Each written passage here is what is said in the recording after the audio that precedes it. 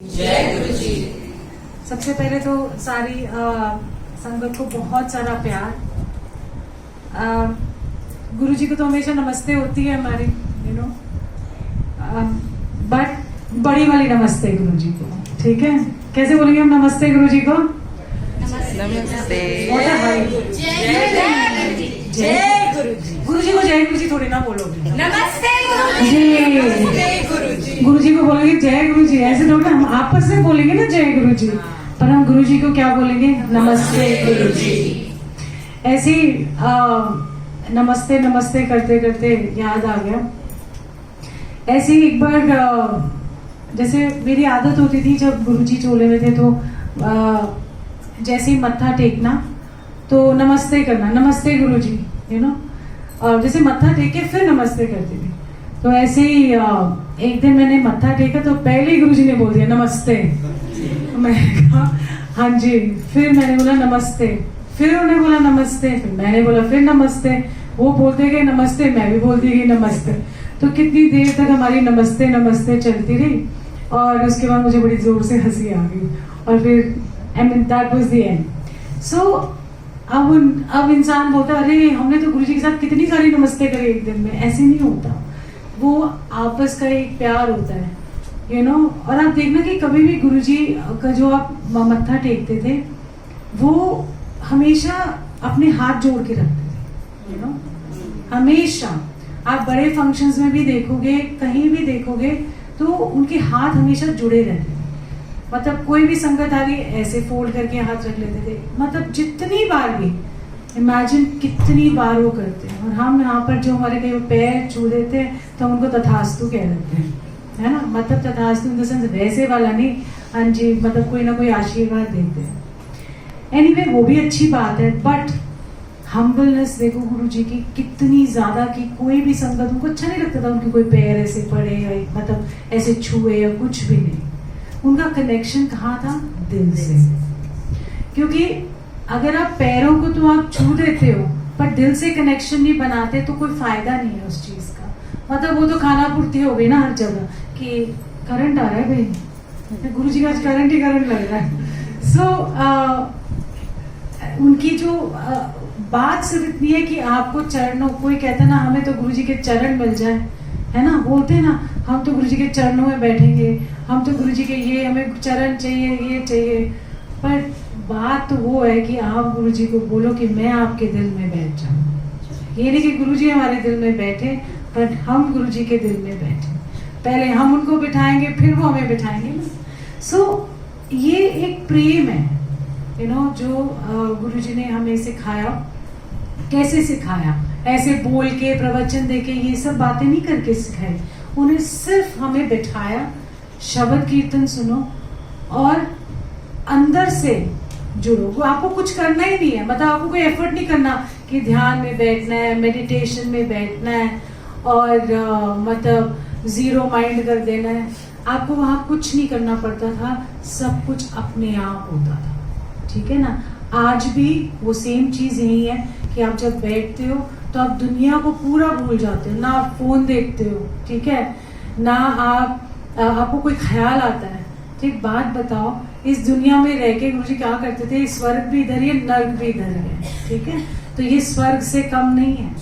ये तो हमेशा मैं कहती हूँ कि ये स्वर्ग से कम नहीं है, क्योंकि ये जो पल है ना, ये नहीं आते। घर जाके वही कहते हैं ना, राम रौले से पड़ जाते हैं, ये हो गया, वो हो गया, फलाना हो गया। बट ये जो 2-3 घंटे हैं हमारे, ये 2-3 घंटे हम सब कुछ भूल गए। मतलब हमें लगा कि ये दुनिया ही अलग है। तो स्वर्ग का अनुभव क्या होता है? ये गुरु के संग और गुरु जी की संगत के साथ जो हम बैठते हैं, और जो शांति और डिसिप्लिन रहता है, इससे बड़ा स्वर्ग कहीं नहीं है दुनिया में। आप कहीं भी चले जाओ, अगर जिस सत्संग में मतलब वो बनाते तो सारे लोग स्वर्ग हैं, बट बनता नहीं है। सारे सत्संगों में स्वर्ग की एहसास नहीं होता। क्यों? क्योंकि आप दूसरी चीजों में उलझ गए, ठीक है ना। पर जहाँ प्योरिटी है, जहाँ पर इंटेंशन आपकी अच्छी है, तो आप देखो कि वो स्वर्ग होता है सत्संग। मतलब आपको कहीं जाने की जरूरत नहीं। बड़ा मंदिर तो स्वर्ग है ही, पर ये छोटे छोटे गुरु जी ने ना स्वर्ग हमें दिए हुए। Experience this. कई बार हम बड़े मंदिर जाके हमें अच्छा बहुत लगता है, पर हम ऐसे बैठ नहीं पाते। जो 2 घंटे 2.5 घंटे हम एम्पायर स्टेट में बैठते थे, वो वाला मौका नहीं मिलता। तो गुरुजी ने हमें वो छोटे पॉकेट्स दिए हुए हैं, पॉकेट साइज स्वर्ग। ओके, सत्संग लाइक पॉकेट साइज स्वर्ग। यू सिट, आप बैठो और रस लो। आप देखोगे कि जितने भी शब्द कीर्तन चलते हैं, और सबसे बड़ी बात है शब्द कीर्तन की। आप जैसे हम लास्ट में एक लगा देते हैं सिद्धार्थ मुन, पर आप ये सोचो कि सारे उनके लगा दो। सिद्धार्थ मुन का एक शुक्राना जैसे हो जाता है, आपको लास्ट में उसको पूरा करना होता है सत्संग को। तो आप पर शब्द लगाएंगे बहुत जरूरी है, क्योंकि शब्द के बिना रस नहीं है। आप एक दिन आपको अच्छा लगेगा, आप 2 दिन लगातार सत्संग में जाओ और वैसे ही भजन अच्छे हैं, बहुत अच्छी बात है। कोई अपना अपना गा रहे हैं, अपना अपना जो भी कर रहे हैं, इट्स ओके। बट जो रस हमको शब्द में आता है ना, वो कहीं नहीं आता। कहीं भी चले जाओ तो 10 मिनट ध्यान लगेगा, फिर इधर उधर भटक जाएगा। सो ये जो रस टपक रहा है, ये किससे टपक रहा है? गुरु जी की कृपा से। दूसरा, वो जो रस और शब्द से जो आता है हमें रस, उसके अलावा हमारे पास और कुछ नहीं है। और ये मत सोचना कि गुरु जी आपके अंग संग नहीं रहते। आपको भले ही लगता हो कि वो पता नहीं देख भी रहे हैं, कई बार हो जाता है, कभी कभी मैं भी उनसे गुस्सा हो जाती हूँ। गुस्सा तो नहीं हुआ, गुस्सा भी नहीं होना आता, एक दिन बोल देती हूँ, फिर थोड़ी देर में कहती है छड्डो गुरु जी, क्योंकि आपके मन में आपकी मन की बात वो जानते हैं। पर कई बार क्या होता है कि आप जोर से ही बोलते हो, जब आप उनको जैसे बोले था गुरु जी मैं छड्डो गुरु जी, तुसी तो है ही नहीं है ना, ऐसे जोर से बोलते हो। तो इसका मतलब ये नहीं कि उनको पता नहीं है, ये जब आप बोलते हो तो आपके अंदर से वो बात निकल जाती है। बात ये है, आपको जोर से बोलने की जरूरत नहीं है गुरु जी को, वो आपके मन की बात समझते हैं। पर अपने मन को साफ करने के लिए, अपने अंदर से वो बात निकालने के लिए आप जोर से बोल देते हो गुरु जी को। और कई बार आंसू आते भी हैं, दर्द के आंसू आते हैं, बहने दो उनको, कोई बात नहीं।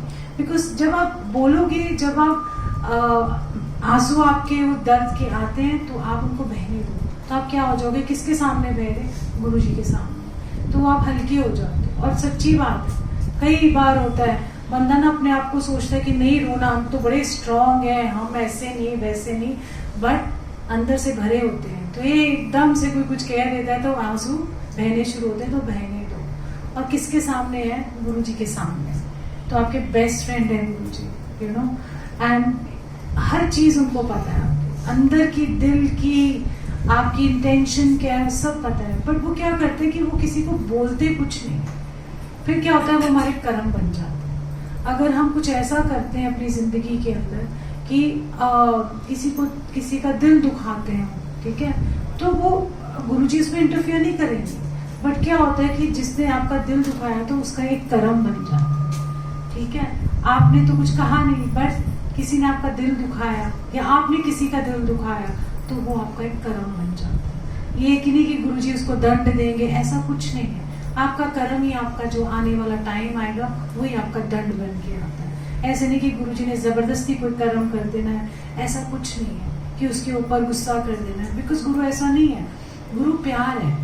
गुरु कहते हैं मैं कभी भी किसी का माड़ा नहीं कर सकता, कर ही नहीं सकते। परमात्मा कभी किसी का बुरा नहीं, क्योंकि उनकी सृष्टि है। वो कोई, जैसे आप अपने माँ बाप, अपने बच्चे, कितना भी बच्चे अपने माँ बाप को गुस्सा करते रहे, कुछ करते रहे, पर उनके मुंह से कोई अपशब्द नहीं निकलता। बच्चों को गुस्सा आ सकता है, बट एक वो जिसको कहते हैं ना कर्स, क्या कहते हैं, वो बद्दुआ नहीं निकलती बच्चों के लिए। इसी तरीके से परमात्मा होते हैं, हमारे गुरु होते हैं, जो आपको क्या कहते हैं, कभी भी बुरा नहीं करेंगे आपका। तो इसलिए ये सब चीजों में मत पड़ना। छोटी छोटी बातें आपकी जिंदगी के अंदर, सबकी लाइफ में बहुत सारी चीजें चल रही होती हैं, ठीक है ना। ऐसा नहीं है कि आप गुरु के पास आते तो नहीं चलेंगे, हमारे कर्म भी तो साथ में है।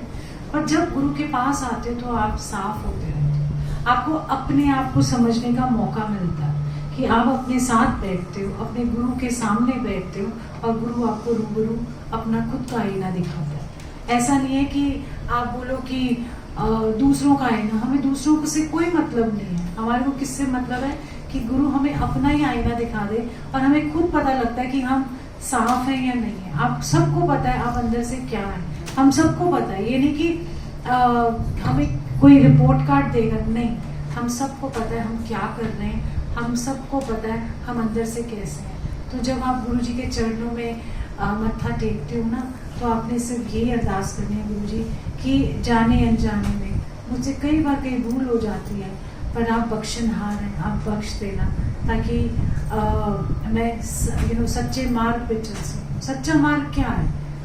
जो आपके दिल को छू जाए, है ना।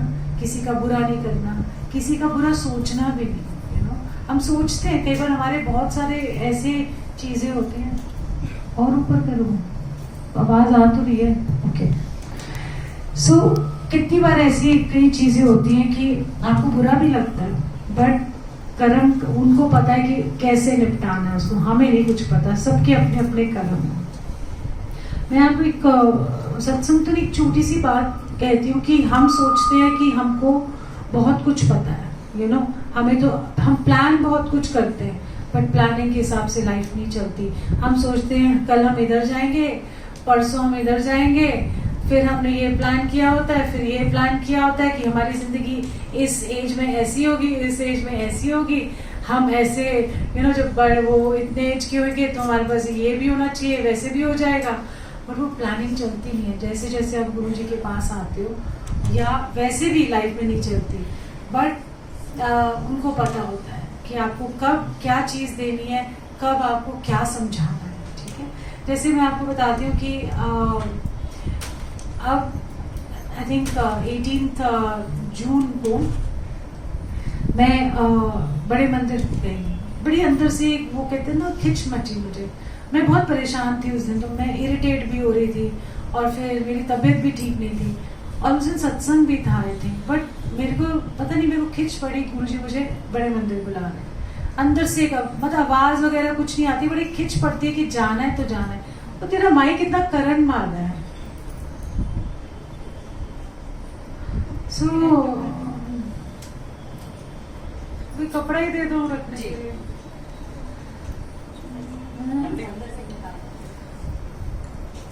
ये सच्ची में डर ही लग रहा है पकड़ने में। ओके, सो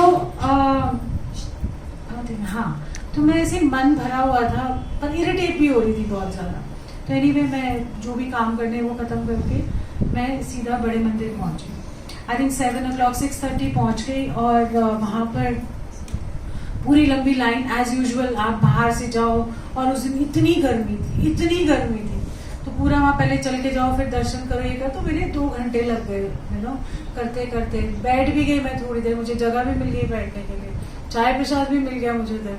तो मैं अपने गुरुजी को दिल के गई थी, मैंने आप तो जानी जानो, क्या बोलना आपको, बस ठंडक मिल रही है, शांति मिल रही है, कुछ अपनी बातें सुनाई अंदर से दिल की, और मैंने बोला बस इतना शांत हो गई मैं। चाय प्रसाद मिला, लंगर वगैरह, 3 लंगर लेके, मैंने कहा चलो लंगर तो पैक मिलता है, वहाँ खा नहीं सकते, तो 3 लंगर, मैंने कहा 3 लंगर दे दो जी मुझे, और 3 जल प्रसाद लेके आए। गाड़ी में जैसे ही बैठी तो मेरी मम्मा का फोन आता है कि जो मेरा छोटा भाई है, सबसे छोटा भाई, उसको हॉस्पिटल लेके गए। मैंने कहा क्या हो गया? तो कहते हैं ऐसे ना उसको वॉमिटिंग आ गई, वो बेहोश हो गया। मेरे को समझ में आ गई ये तो कोई ब्रेन की बात हो गई है, तो मैं सीधा बड़े मंदिर से वहां पर गई हॉस्पिटल। अब आप जैसे ही वहां पहुंची तो वो वेंटिलेटर पे उसको वही वेंटिलेटर पे रख दिया, और ही इज यंगर एंड जैसे उसको रखा तो मेरी तो रोना ही ना रुके एकदम से, आपको देख के कभी एक्सपेक्ट नहीं करते ऐसी चीजें, तो ऐसे किया, तो ऐसे ही मैंने अपने दोनों हाथ लगाए उसके पैरों के ऊपर, पता नहीं क्या हुआ, एंड ही जंप, जैसे वो CPR देते तो जंप होता है ना बॉडी, उसी तरह ही जंप। मैं तो डर लग गया, मैंने कहा ये क्या हो गया। एनीवे डॉक्टर्स आए, जो भी कुछ हुआ। अब आप ये देखो कि गुरुजी तो जान ही जानते।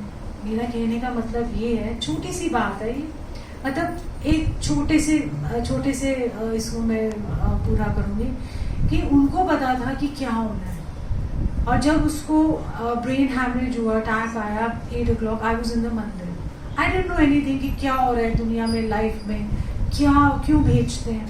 तो जब मैं वहां पर वापस गई तो मैं ये देख रही थी कि उसका पूरा left side of the brain पूरा इम्पैक्ट, पूरा ब्लड, कोई क्लॉटिंग नहीं, कुछ नहीं हुआ।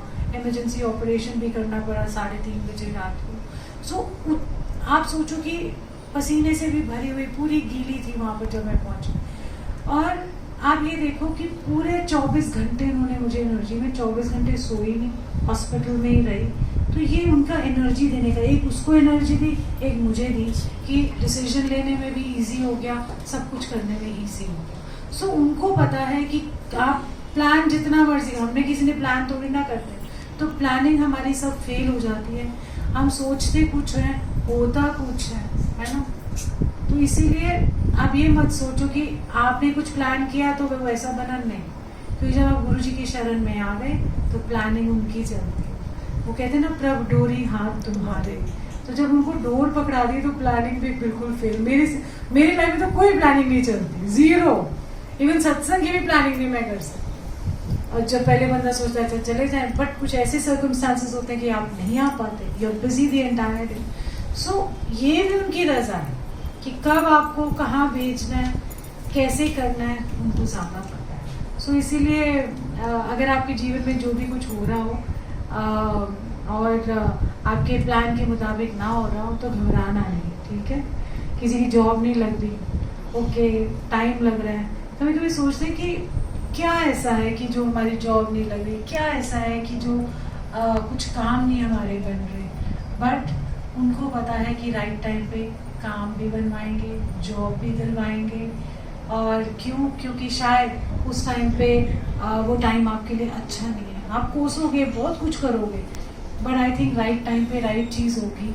थोड़ी पेशेंस रखनी पड़ेगी सारों के लिए। It's not only for you, it is for me also. It's not that कि आप सोचो कि हम मेरे लिए, मतलब आप लोगों के लिए बोले, ये मेरे लिए भी लागू होता है। मैंने तो हर स्टेप एवरी डे देखा है अपने जीवन में कि कैसे कैसे मेरी प्लानिंग फेल होती है। सोचती कुछ और हूँ, जाती किस और चीज़ से कि 1 घंटे में निपट जाएगा, 4 घंटे लग जाएगा। तो आप सोचते बहुत है ना, हम लोग तो सोचते, सोचना ही छोड़ दिया। अच्छा, जैसे जैसे टाइम आता है वैसे वैसे उसको ग्रेसफुली और मुस्कुराते हुए निकलते जाओ, ठीक है ना। दर्द बहुत होएगा पर फिर भी मुस्कुराहट नहीं छोड़ना, ठीक है ना। किसी को क्या बताना है कि आपके दिल में क्या चल रहा है, किसी को क्यों बताना है कि आपके अंदर कितना दर्द है, क्यों? उन्होंने तो कुछ करना ही नहीं है, ठीक है। उनको तो आपकी मुस्कुराहट से, आपको किसी से और किसी से मतलब नहीं। तो मुस्कुराते जाओ, हंसते जाओ, और कहते ना, हंसते रहो, बसते रहो। और कोई अगर सत्संग करना चाहे तो प्लीज़ ज़रूर करें। मैं तो चाहती हूँ, मैं भी तो सुनना चाहती हूँ।